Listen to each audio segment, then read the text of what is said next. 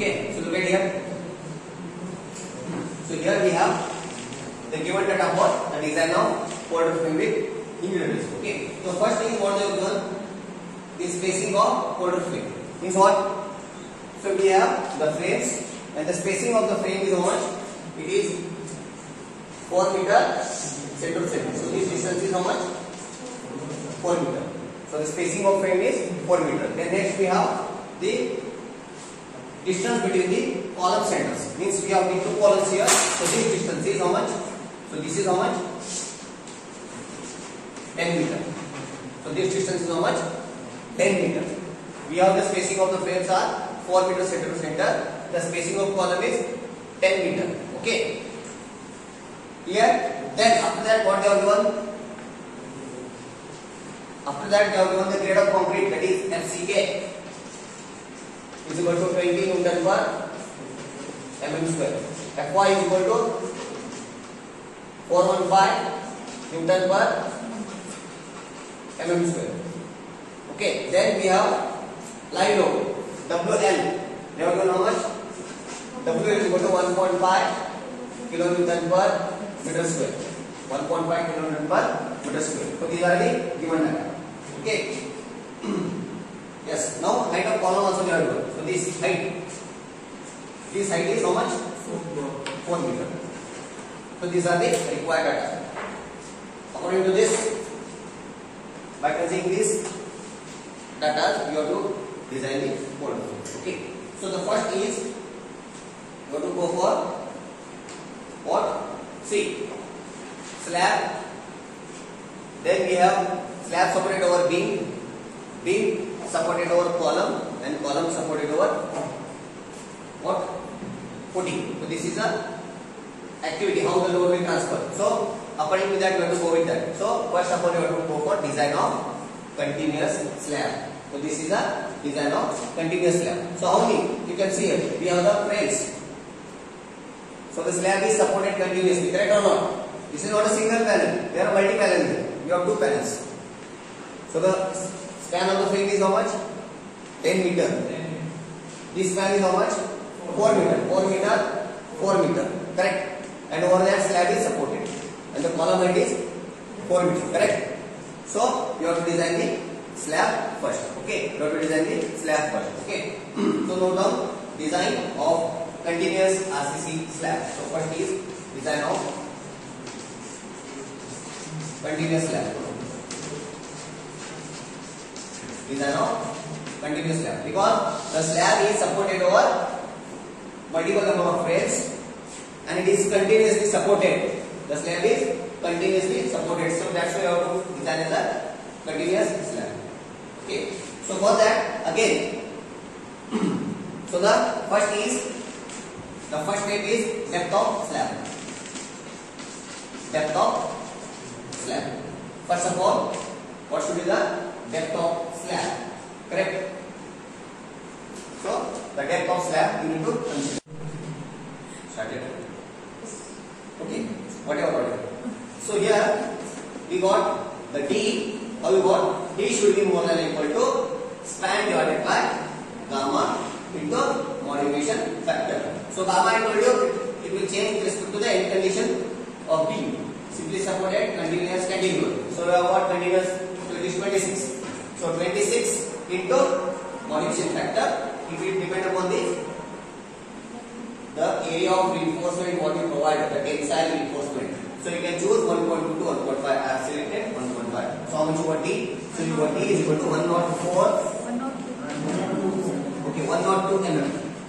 So I can take the D is equal to 100 mm. I can consider D, the depth of the effective depth equal to 100 mm, and by considering 20 mm effective cover, so the D will be 120 mm. I will not discuss again how you get 20 mm, what is the effective cover, what is clear cover, no. So by considering the effective cover of 20 mm, the total 100 mm plus 20 mm, the total depth of the slab is 120 mm. Okay, understood. And next we will go for the load calculation. Okay, the load calculations.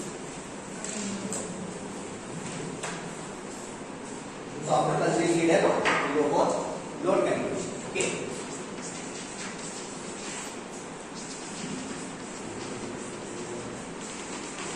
Load calculation. So that load calculation, first of all we have dead load. First of all we have dead load. Okay.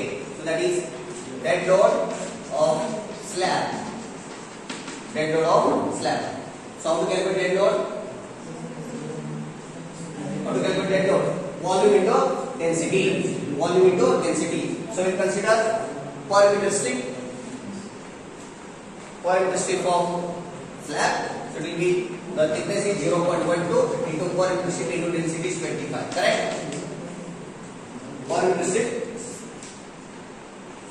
into that into density. RCC concrete will be having 25 kilometer per meter cube. Okay. Then we have, so this will be how much? 2.88. 2.37. This is 3.12. So this you make it 24. This you make it 24. Sorry. 0.12 into 24. RCC. Yes, you have to consider 24. 0.12 into 24.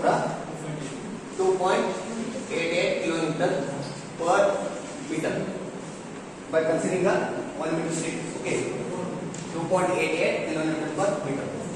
Then we consider additional in this, that is for roof finish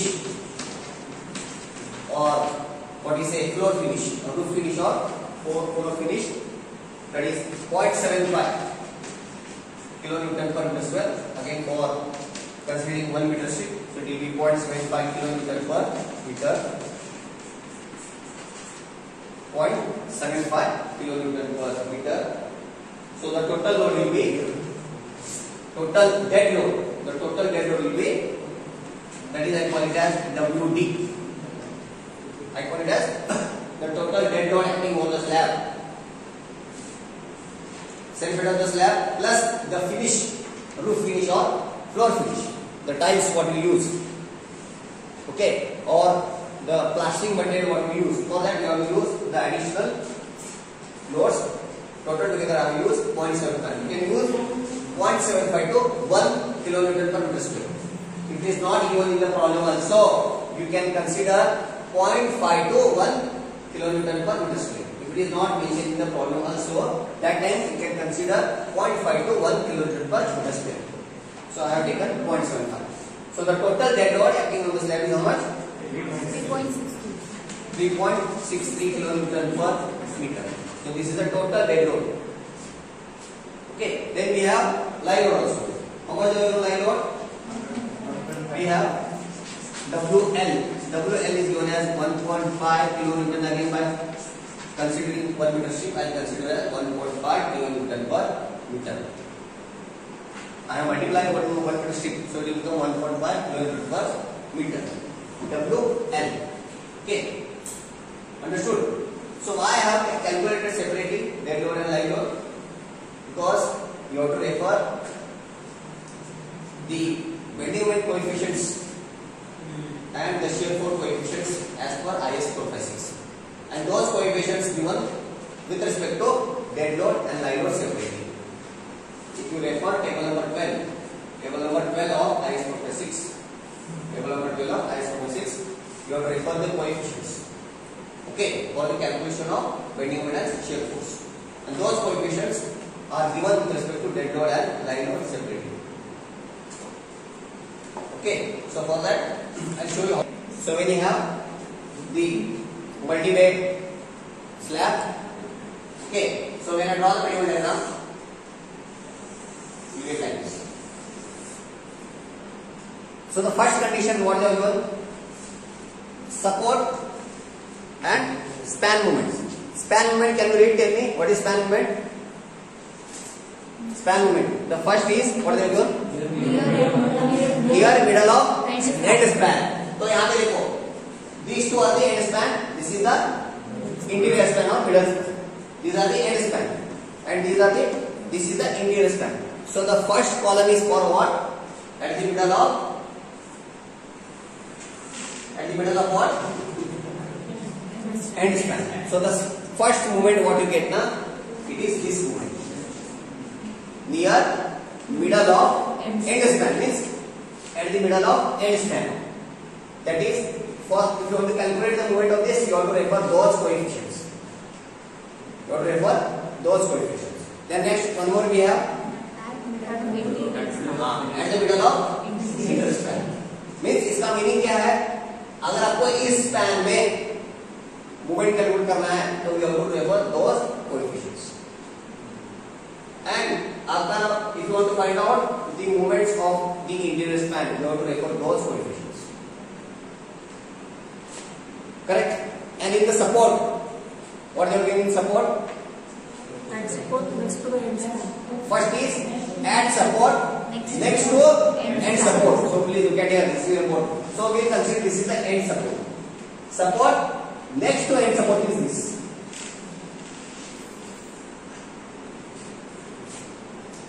So we have to find out span movement and support movement. Span movements are nothing but positive, sagging. Support movements are nothing but hogging, that is negative. So we have to find out negative movement as well as positive movement. But it changes with respect to what? The location of span. End span, interior span. End span में you have to refer these coefficients. Mid span you have to refer these coefficients. And when you go to support movements, the first condition what they have given, add support next to end support. अगर ये end support है तो क्या हुआ? Next to end support is this. So here you have to find out the negative movements. And one more example, other all interior support. In this multiple number of ways, so for other interior supports, you have to refer those coefficients. Correct? Now I tell you how to use those coefficients. Okay? Give me the code. Give me the code. Here. Okay. Now here, look at it. Please go through. So when you find out at the middle of end span, that time you have to use WL square by 12. 1 by 12 is nothing but WL square by 12. What you use for simply support it is WL square by 8. तो इस case में आपको क्या use करना है? WL square by 12. For what? Dead load and imposed load fixed. For dead load we have to use WL square by 12. And for live load, what we will use? WL square by what? 10. For dead load, that's why you have calculated separately. For dead load you have to use WL square by 12, and for live load you have to use WL square by 10. This way you have to find out the movement for this. And if you have to find out for middle of interior span, क्या है देखो coefficient? Tell me the coefficient. It is WL square by 16. WDL square by 16 and WL L square. WL L square by 12. If you want to find out the movement for this. Now you understood how to use coefficients? Understood? Now if you go to support movement. Support movement में क्या है देखो? For this. So because it is negative, so that's why you are going with negative sign. Correct? Add support next to end support. What is the first coefficient for dead load? WD L square by 10.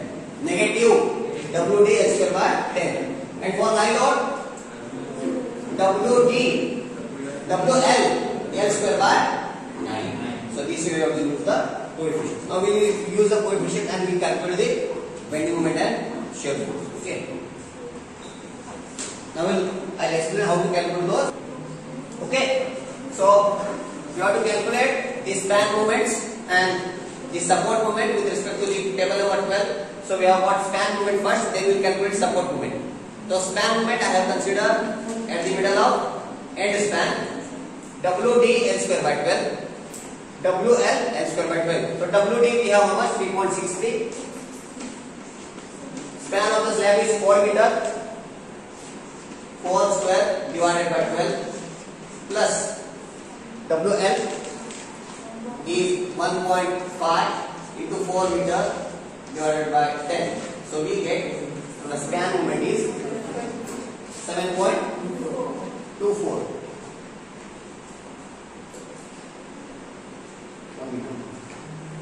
1 minute. You check. Yes, it is 7.24 kilonewton meter. So this is for span movement. Now we will calculate support movement.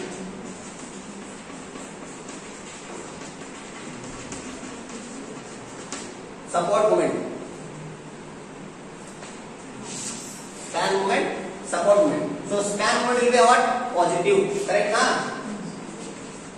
Unless the span movement will be positive. What about support movement? Negative. So the tell me the coefficient. So it will be WD L square by, we use first condition only. At support next to end support. Mallikarjun, tell me coefficients. Coefficients.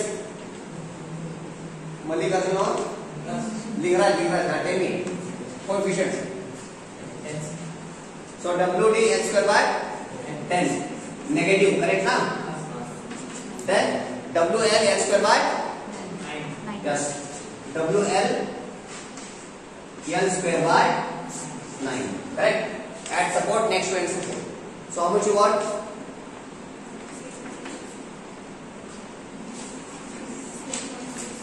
It is 8.5 kilonewton meter negative because it's a support movement. Because it's a support movement. 7.24, 8.5. Is there any correction? No, no. 8.5. Okay. Now with respect to this, you have to find out area of reinforcement. You have to find out area of reinforcement. Okay. So the next step is area of steel. The next step is area of steel.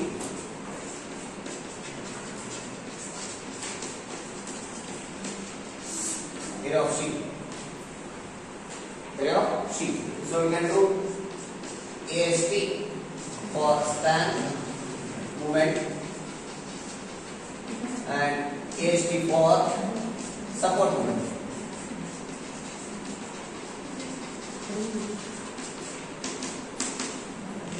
AST for span movement and AST for support movement separately. So the formula is here. AST is equal to 0.5 FCK upon Fy, that is 4 and 5, bracket of 1 minus square root of 1 minus 4.6 mu. Now this is not factored, this is unfactored, correct na? So what you have to do? 1.5 into 7.24 because it is 4.6 mu into 10 raised to 6 divided by FCK BD square. FCK is 20, B is 1000, depth is how much? Effective depth 100, FCK BD square into bracket complete into B into T.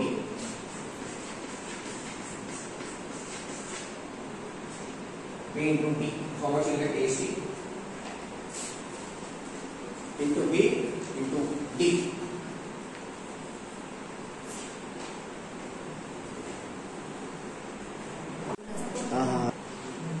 Okay. So look at here. So we got the AST in span and AST in support. So what does it mean? AST in span and AST in support means? What does it mean? What does it mean? AST in span and AST in support. क्या है इसका meaning? इसका meaning क्या है? So this, whatever the bars you get, you have to provide in span. That is bottom reinforcement. Correct? This you have to provide core support at top. Correct or not? Because if you refer the fundamental diagram, please look at here. The movement is like this, correct ना? ये क्या है positive, तो आपको कहाँ पे क्या provide करेगा bars, you have to provide the bars here like this, because those bars have to resist the movement, correct ना? Correct or not? And these bars at support means where? Top of the slab. At the top of the slab you have to provide to resist negativity. This is clear? Okay. Now you have to check for AST minimum also. You have to check for AST minimum. So also we have AST minimum is 0.12% of BD. 0.12% of cross section area. So that is 0.12 into P is 1000, D is 120. You are 100. For HYSD bars, we have the minimum percentage of steel is 0.12. How much over? 144. 144 mm. So both the AST are more than AST minimum. So no problem. So whatever the reinforcement you have to provide according to the AST required. Right? If any AST is less than this, is what? You have to provide AST minimum. You have to provide AST minimum only. Okay. So this is regarding the design of for the beams. Okay. Okay. For the reinforcement calculation of slab. Now we have to check for shear also. So how to calculate shear force now? Again you have to refer table number 13. Table number 13. Sandesh. So you have to refer table number 13. So here shear force with respect to table number 13 of IS 456. You have to get the coefficient. So I use 0.6 WT plus WL. So 0.6 WT how much of what? 3.63 and WL is 1.5 into span 4 meter. 12.31. Okay, so we got 12.31 kilometer. So therefore VU will be the factor shear force 12.31 into 1.5.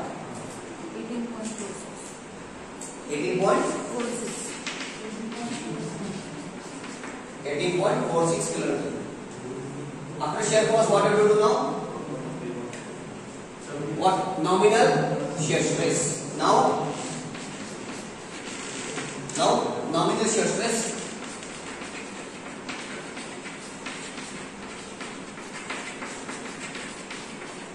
Tau V. Nominal shear stress tau V.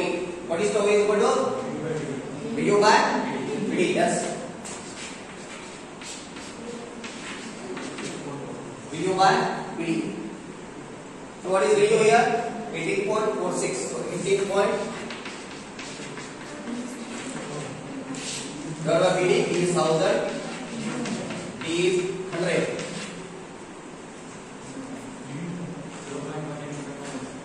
What you got? 0.185 Newton per mm square, which is less than tau C minimum. That is nothing but how much? 0.28 Newton per mm square. Correct? What is the procedure actually? What is the procedure here? How to check for shear? You have to find out tau V. Correct? उसके बाद आपको क्या करना है? You have to find out tau C. How you get tau C? From table number 9C of IS 456. From table number 9C of IS 456, you have to get tau C. In no case, in design of slab, you look at here. In design of slab, in no case, tau V should be more than tau C. Tau V should be in no case. Always it should be tau V should be less than tau C. Tau V should be less than tau C in design of slab. Beam we don't have any problem. You can provide shear reinforcement, but in slab you cannot provide shear reinforcement. So that's why you have to revise the section. But in our case here, tau b is less than tau c minimum itself. The minimum value of tau c, that is 0.28, and the tau b is 0.18. So the slab is semi-shear. We can write hence C. Hence C. Hence C. So by this we have finished the design of first element in design of frame. We have finished with design of the slab, and we are left with design of beam, column, footing. Okay, that will continue in the next session. Okay, regarding this, if